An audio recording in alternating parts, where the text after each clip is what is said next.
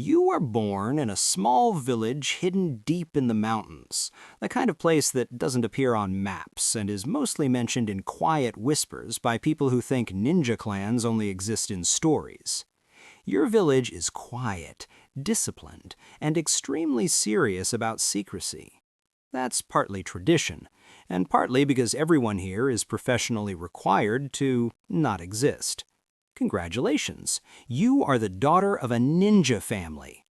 This sounds impressive when you say it quickly.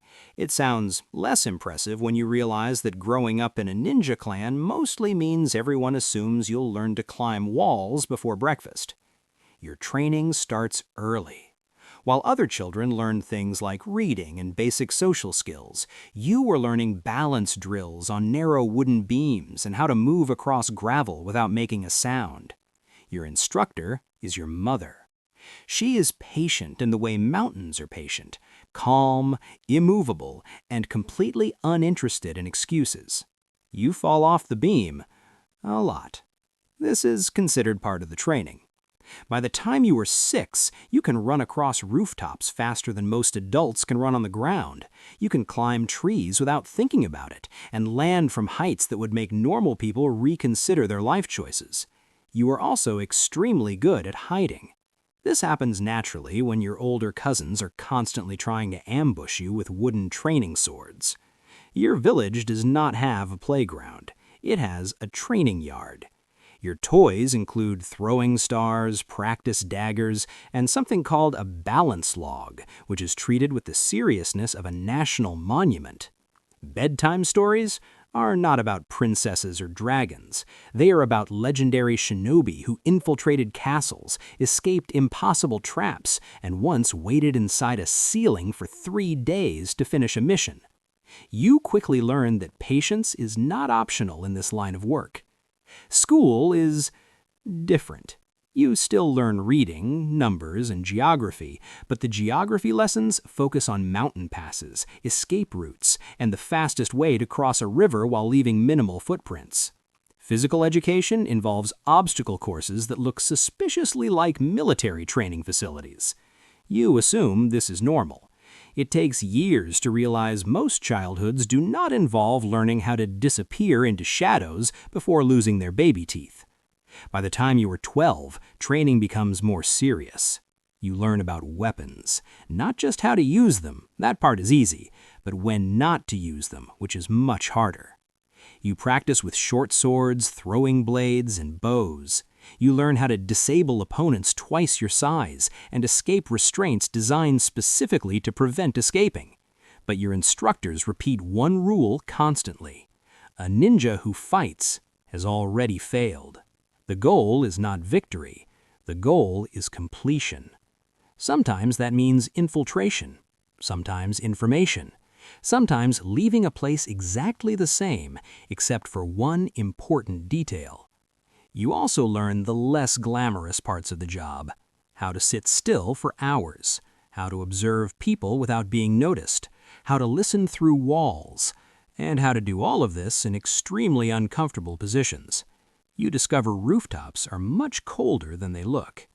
Your teenage years are when reality begins to settle in. Training becomes longer and less forgiving.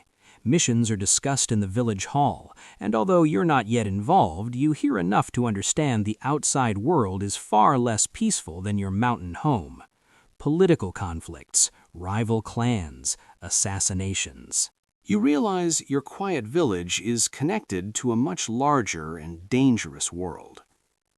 At 16, you receive your first real assignment. Officially, it's reconnaissance. Unofficially, it's a test. Your mission is simple. Enter a nearby castle town, observe a merchant suspected of passing information to a rival clan, and return unseen. No fighting, no confrontation, just observation. It sounds easy. It isn't. Cities are loud, chaotic places full of unpredictable people who ask inconvenient questions. Every shadow feels wrong. Every step sounds too loud.